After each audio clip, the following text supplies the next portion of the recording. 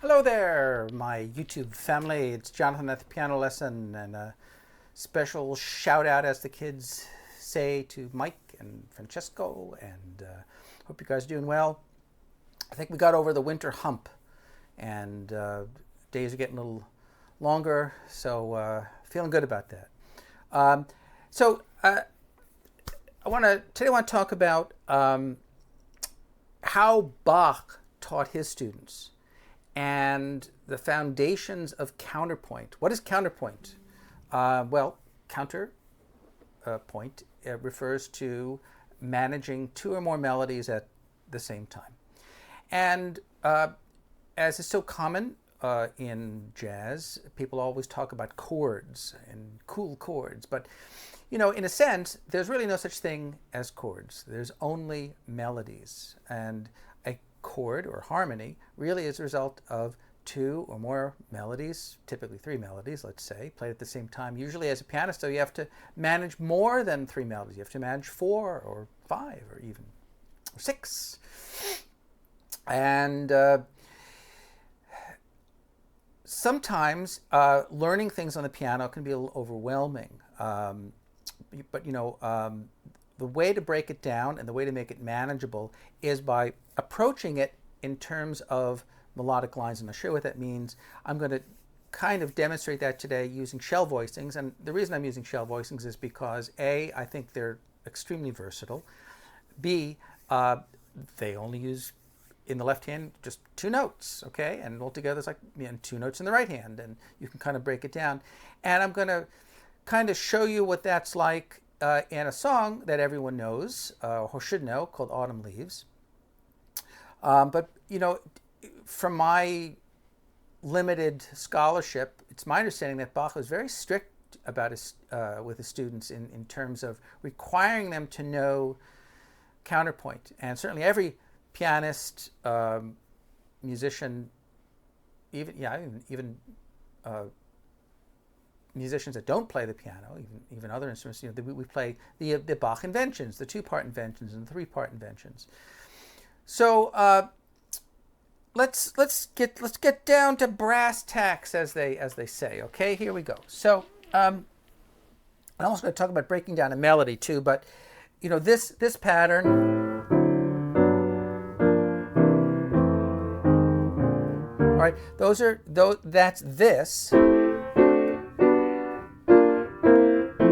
Right? So that sounds fine, except that's a little bit stodgy. And this, if I do that down here, that's really too low on the piano. Okay?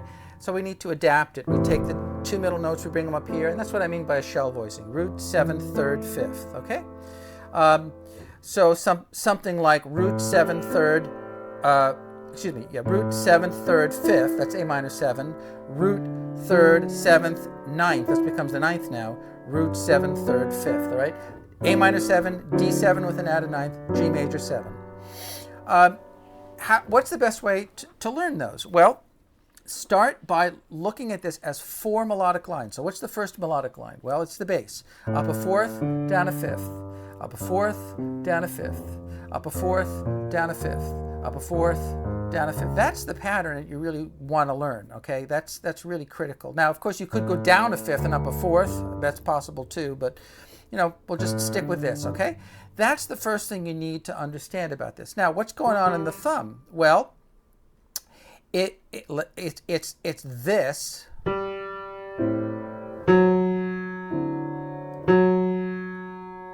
All right? So it's dee-da-da. Simple little melody, but critical, okay?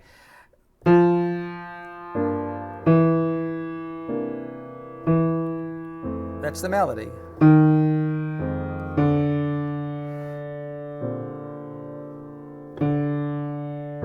All right?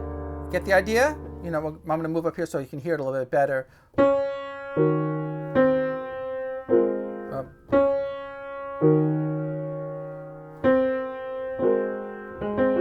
The option notes stay the same.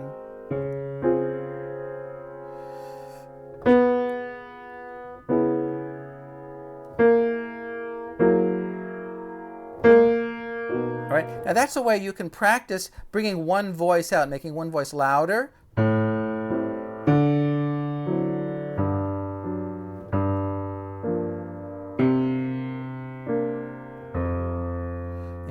that's one way to make it louder. But learning to do the upper voice. So how does the upper voice go?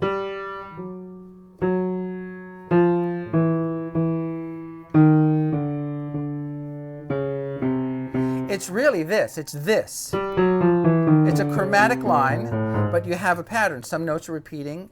Down a half step and then repeat. Down a half step, repeat. And the whole thing, the pattern reappears a half step lower. Pattern reappears half step lower. And also just kind of notice, I'm using the flesh of my thumb here to kind of slide in, and I get my thumb up high on the key. So I could actually play legato with one finger, see? Rather than having to connect two fingers like that, which is another way to do it. Now, I recommend taking those two lines and doing them in two hands. So you'll do this.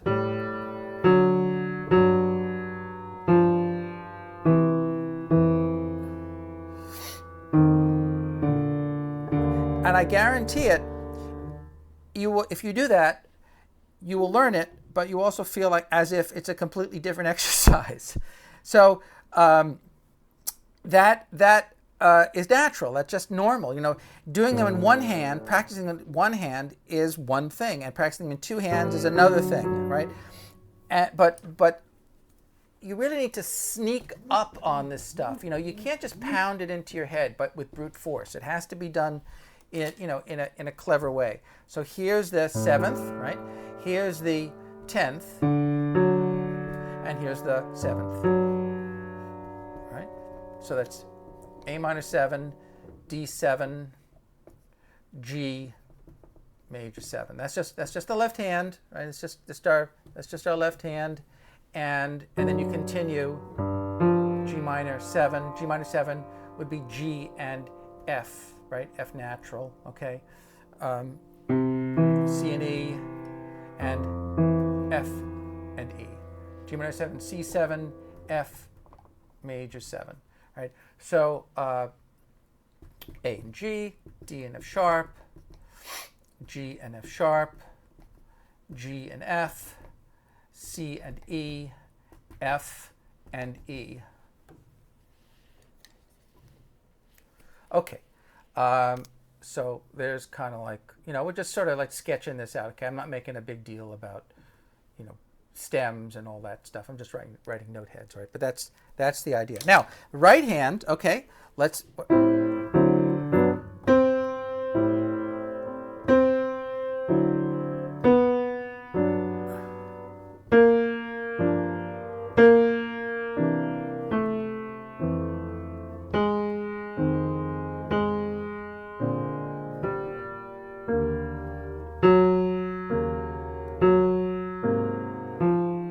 So just doing that by itself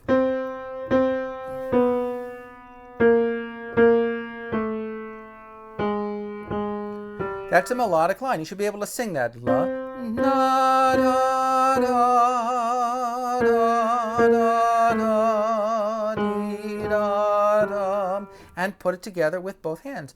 Da, da, da, da, da, da.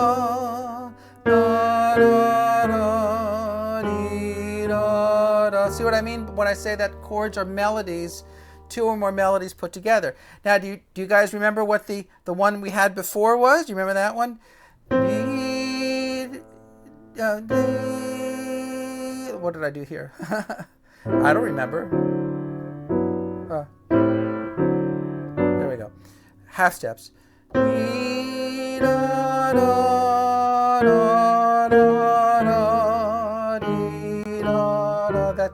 That's up here, and over here. What was this? Dee da da, dee da da, right? Dee da da, dee da da, right? Now, can you put? This is to say, so we have bass. Let's just describe. Let's just say bass or baritone, or bass. I don't know, baritone maybe, and tenor, and I don't know, alto. Okay, so those are the four voices. That's the counterpoint. All these melodies going opposite this. Let's do the top line. D. What are we doing here? D. Da. moving down by a whole step here, right? Dee, dee, da, dee, dee, dee, dee, dee, dee. You see how that one stays on the top note? E, E, E, D. Oh, got something in my throat there. And then you stay on the D. D, D, C, and you stay on the C. C, C, B flat. So we're moving down by whole steps this time, right? Remember, here's the bass. Dee da dee dee da da da da da dee da da. Okay, then we have dee da da dee da da dee da da dee da da. That's the top one. Then we have this one. Dee dee dee dee dee dee dee dee. The middle one we stay on. We play that twice. Dee dee dee. It's half step. It's also a half step like this one, but unlike that one, this one moves immediately and repeats. Moves immediately and repeats, right? And is repeated down by half steps. And up here we have whole tone scale, right? Where the other ones were chromatic. That one's chromatic, and also this one's chromatic, but just, you know, shifting, all right?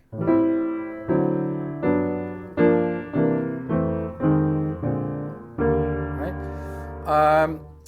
And again, practicing them where you're playing one voice first and louder. And actually, when you play the piano, that's really how you want to play it. You want to bring out that voice. That's what makes the piano sound really good. That's referred to as voicing a chord. We usually think of chord voicings. That's a noun. Right, but voicing a chord, right? The verb, sort of, but bringing out that dynamic, right? Right. Or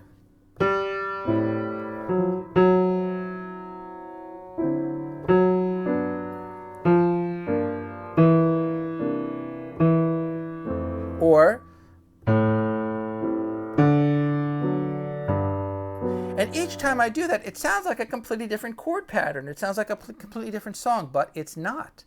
And again, you can do it with one hand, right?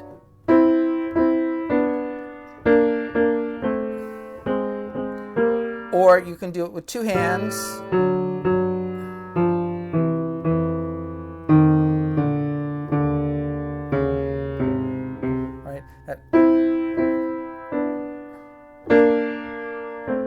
Right? Or you could do this upper voice here, right? Breaking it all up, and then you'll eventually get it. Now let's apply this to a tune, okay? So how would this sound good?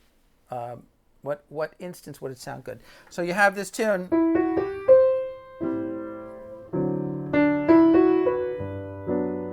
Now that's A minor 7, D7. This chord's a little different. This is C major 7 with an added ninth. I'm not completely doing the 2-5-1 pattern as we'd practiced. Okay, it's slightly different. A minor 7, D7, G major 7, C major 7, F sharp minor 7, B7 with a flat 9, and then E minor 7, and you might resolve to the 6. It's kind of like an A7. So that's how you would apply that. If I tried to play those chords just in basic position, it just sounds unintelligible. It's just not particularly musical. Now, keeping in mind, anytime you have a third, right, you play that as a 10th. You grab the pedal, hold the pedal down with your right foot, play the low note, and kind of straddle that, it's called rolling a chord, right? So you can kind of roll that 10th.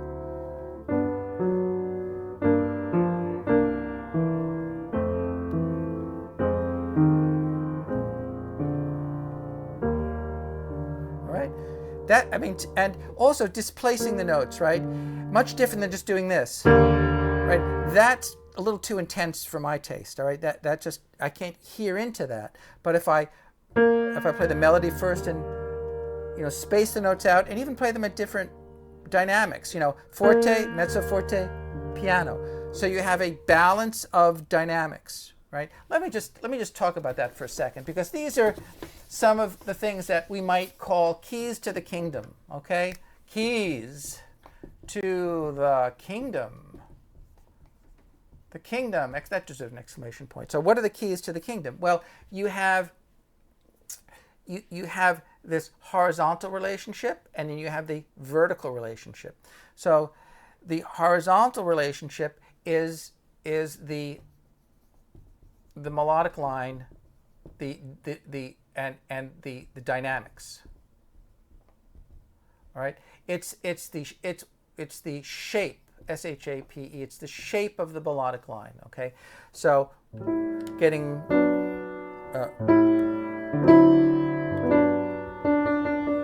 I'm crescendoing as I go down. Crescendoing, let's say, as an example, the whole line just crescendos as I go down. Then you have the dynamic balance between the voices, right? And there's 1, 2, 3, 4 voices, all right? So you don't want to be playing all of those at the same volume. You could, but you want to be playing them at different dynamics. So you want to play the melody, say forte, and the bass. Let's say you want to be playing that, you know, mezzo forte, and then maybe the middle voices. I'm just throwing out a number. You want to play that piano or soft. So you want it to sound like this: loud, less, least. Not, or God forbid, you know, or something like that. You know. Right? I mean, I could bring out the middle voices, and there are instances when I would want to do that, but not in this instance. You know, not in that instance at all. Okay. So we're playing the melody. Da da da.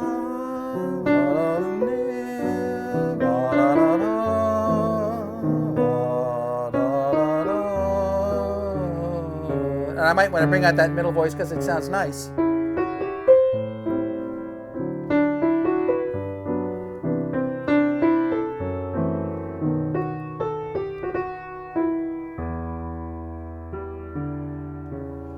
Okay, now it sounds a little bit more, dare I say, classical. Okay, but you have some control over the music that you wouldn't ordinarily have if you didn't have command of the notes in that manner.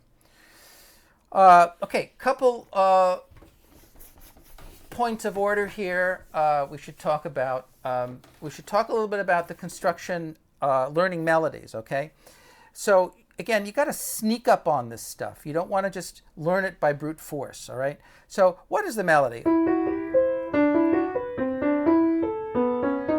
So 4 notes, it's a pattern, and it's not a precisely, I mean, this pattern is similar, right? But it's not precisely the same as that,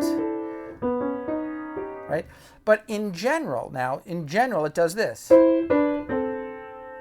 The 6th. It almost sounds like it's in the key of G. It almost sounds like, but it isn't, because we end up in the E minor. You know, that's the sneaky thing about this tune. It starts out in the key of G, and then it kind of modulates using the subdominant of G, and then tritone down to sneaky tritone down to relative minor E. 2, 5, 1 in the key of E. All right. So if I'm going to learn the melody in this tune, I'm just going to learn the outline, let's say, and I might take some note of how the intervals look. But let's say this is a minor 6, this is a major 6, this is a major 6, this is a minor 6. Now, why are they major and minor? Well, in the key of E, there's no C. There's a C sharp, so it's a flatted 6. 1, 2, 3, 4, 5, 6 flatted. Key of D, 1, 2, 3, 4, 5, 6, that's major. 1, 2, 3, 4, 5, 1, 2, 3, 4, 5, 6. I'm going to use the F sharp because that's really more of a Lydian sound. 1, 2, 3, 4, 5, 6. Major. 1, 2, 3, 4, 5, 6. But in the key of B, there is no G. It's G sharp. So minor, major, major, minor. That's kind of how I would look at it. And then you can look at the notes that are in between. All right, but this. All right. So yeah, that minor third, major third, major third, major third, right? That's very Spanish. Kind of flamenco.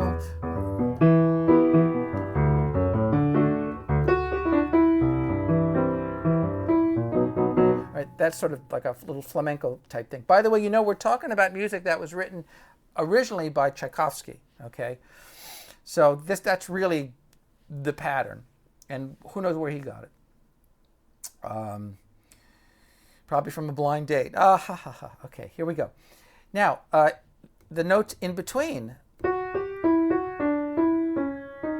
That's an interesting point.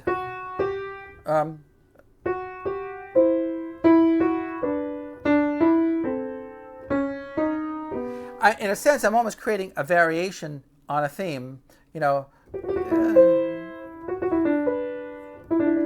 And it's maybe the foundation of an improvisation, right? You can go backwards, you know. Take the melody and twist it and turn it until it becomes yours, all right? Also, play it in the left hand. Do it in both hands.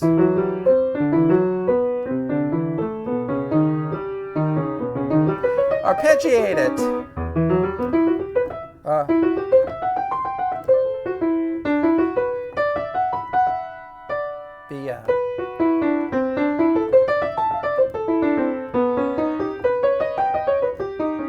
Right, and just kind of again make it your own. Notice I'm playing melody, question, answer. Question, answer. Question, answer. Now, curious thing about this melodic line, it sounds like the song's in G, but it's really not. It's really in the key of E minor. And the E minor scale we're using, melodic minor. Remember, here's a minor tetrachord and a major tetrachord down below. It sort of evolves into that, but E, F sharp, G, A, that's the minor, that's the E minor tetrachord, and then the tetrachord that's above that, B, C sharp, D, E, B, C sharp, D sharp, I don't know what I said, D sharp, E, all right? That is the B major tetrachord, all right? So we got E, F sharp, G, A, B, C sharp, D, E in bass clef. That's how you learn scales, right? And that's why the melodic minor is used in this instance, okay? When you're in a minor key, you're kind of shifting between, you know, natural and harmonic and melodic, but the harmonic, we need that. We don't really play that, right? But we need that D sharp. That's all we care about in the harmonic minor scale, right? In the natural minor, right? So that's major on top, minor on the bottom, harmonic, and Phrygian. So it's these tetrachords up here that change, right? These stay the same. Major, harmonic, Phrygian. Half steps here. Here, half step is here. Here, there's two half steps, there and there. And that's how you learn. That's how you learn your scales. You learn it by learning tetrachords. Okay.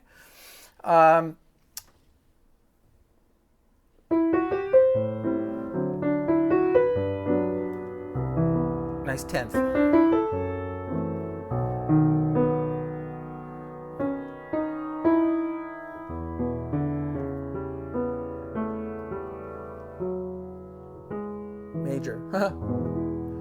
Major.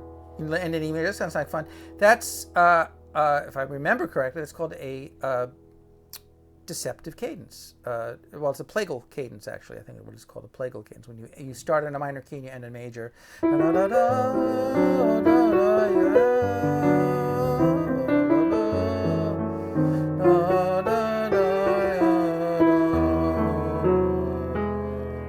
that sound nice? It's kind of fun, ending on a major key instead of a minor key. I don't know who's still with me already, but God bless you. You see, these are like actual piano lessons. Like, they're not just, looking at cats on the internet or some, gimmick about, I don't know, whatever. But no, this is like the real stuff, guys. So I know it might be hard to follow along with, but it's worth it. Don't you think it's worth it? I think it's worth it. That's why I do it every week, because I enjoy it, and it keeps my mind sharp, or as sharp as it possibly could be under the circumstances. I don't know what the circumstances are, but whatever they are, they're under. Well, folks, we've come to the end of our time together. I hope you've enjoyed it as much as I have. If you haven't, get a piece of pizza. That'll cheer you up, I think. Alrighty, this is Jonathan at the Piano Lesson signing off. Until next time, I hope you enjoy your week. Thank you.